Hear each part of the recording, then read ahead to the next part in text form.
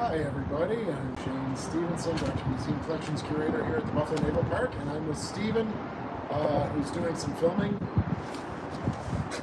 Okay, so what I wanted to do was, on the Velos, I'm walking down port, and of course you can walk down starboard as well, but I'm walking down port and I begin to have a strange feeling. I'm a little discombobulated, right?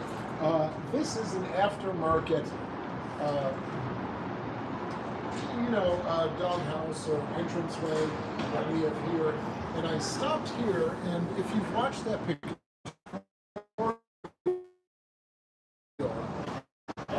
pictorial survey I did of the Velos, which was also last Friday, I stopped here and I said, look, they have a little lathe and a little, not a little lathe, but they have a bench here, a workbench. And I stood there for a few more seconds and I said, something doesn't feel right. And I said, it's this, we have this day down, that hatch is open to the deck. And then after reviewing some of the film and photos, I said, I finally figured it out. Because the HS Velos does not have this overhead platform. All right, if we take a look, I know it's maybe not great, but if we take a look at this photo, right here is open to the sky.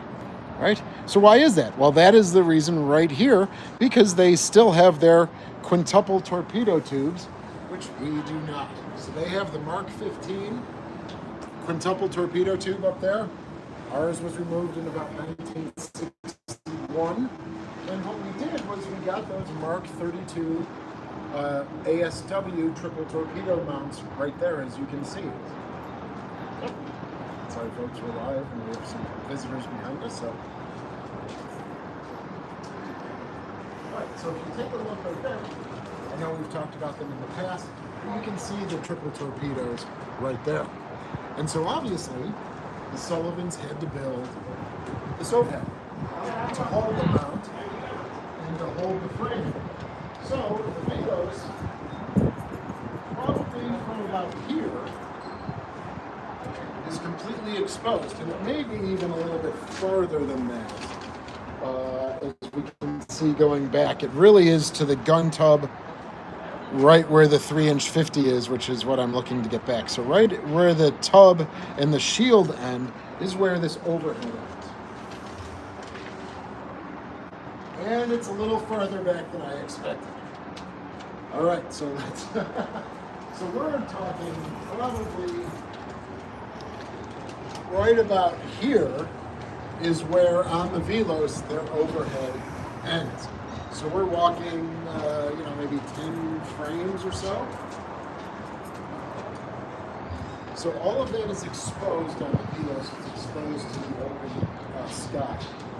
And again, I was like, something's not right, but I couldn't really figure it out. And then looking through the photos, I said, oh, that's right. So do the Kidd or the Cass and Young have the triple torpedoes? The Cass and Young, I believe, does. So they would have the mount, right? They would have the triple ASW mount up there. And then also the overhead as the support platform. The Kidd would not. And actually, the Kidd, their whole platform, their whole passageway here is completely open. So they have much more walking space down port and stuff. Oh, I believe it. So that was really about it. I thought it would be cool to bring this to you live. Thanks to Steven, he just kind of jumped at the opportunity, even if he was in the middle of something, to do this live session. So I have another video premiering tomorrow night with Lucas again, talking about some archaeology on the USS Little Rock. And we want to thank you for checking in. I know it's kind of an awkward time to do a live session, but hope you enjoy. And it's again one of those little changes between the Velos and the Sullivans. This overhead platform that goes back probably 10 frames or so. Thanks so much, and we'll see you again soon.